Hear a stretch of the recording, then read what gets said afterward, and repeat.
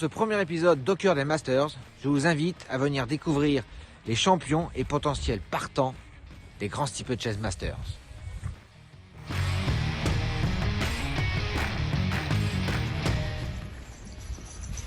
Bonjour Luc. Bonjour. Comment ça va ce matin? Ça va bien. Ça ira bien une fois que la séance avec Mister Kariakou sera terminée sur les obstacles. Une petite remise en confiance, mais qui revoit le steep un peu avant de faire sa rentrée. La particularité des courses d'obstacles, c'est qu'il faut toujours répéter ses gammes et Bien sûr. travailler sa technique et ses réflexes.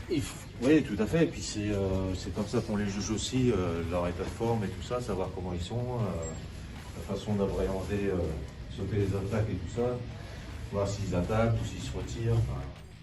Bon ben voilà, la matinée se termine. Kariakou a bien travaillé, a bien sauté, ça s'est bien passé.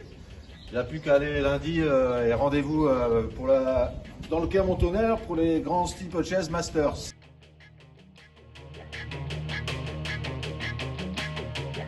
Dans 10 jours, tu vas être associé à Big Monarch dans le prix Clermont-Tonnerre. Oui, exactement. Le cheval se présente en forme. On vient de gagner une super course, le Grand Prix de Pau, qui était son objectif de l'hiver. Voilà, donc on va arriver là avec de belles prétentions. Pour toi, c'est important de bien démarrer les premières préparatoires au Grand Cycle. Oui, tout à fait. Ça ne sera probablement pas le cheval que je monterai dans le Grand Cycle. Mais pour les propriétaires et pour le cheval, c'est une course hyper importante où il va pouvoir défendre sûrement les premières places.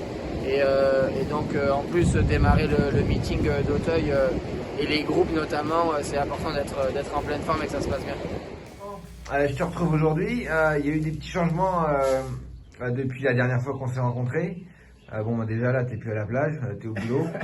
Mais concernant la première étape des grands steeplechase Masters, tu as fait des petites modifications sur ton programme? Oui, avant le coup, comme je venais de gagner le Grand Prix de Pau avec Happy, je pensais le monter. Puis tout compte fait, Starlet du Ménil est aligné dans la course et c'est quand même un peu une jument de cœur pour moi, avec qui j'ai la chance d'être invaincu lors de toutes ses sorties, mais aussi en steeple. Elle l'est également. Et voilà, c'est une petite jument avec qui j'ai fait ma 900e. Pour tout ça, j'avais envie de tenter l'aventure avec elle et de voir jusqu'à où elle peut aller. Bon, toi, tu es en haut de l'affiche, tu es entraîneur numéro 1 aujourd'hui depuis plusieurs années en France.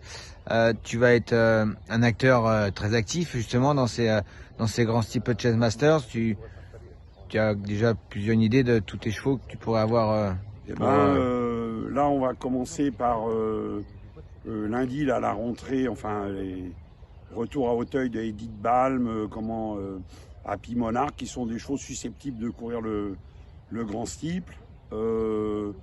J'ai 2-5 ans que je vais courir pour voir un petit peu où il se situe, mais à 5 ans c'est quand même extrêmement compliqué, enfin moi ça me fait un peu peur. Je préférerais éviter. Maintenant, après on va voir déjà cette course-là ce que ça donne, les 5 ans par rapport aux vieux. Et puis dans la suivante, normalement on va voir Pacha de Sénam, on va voir Gloris, on va voir Srelingon, Polygrandchamp.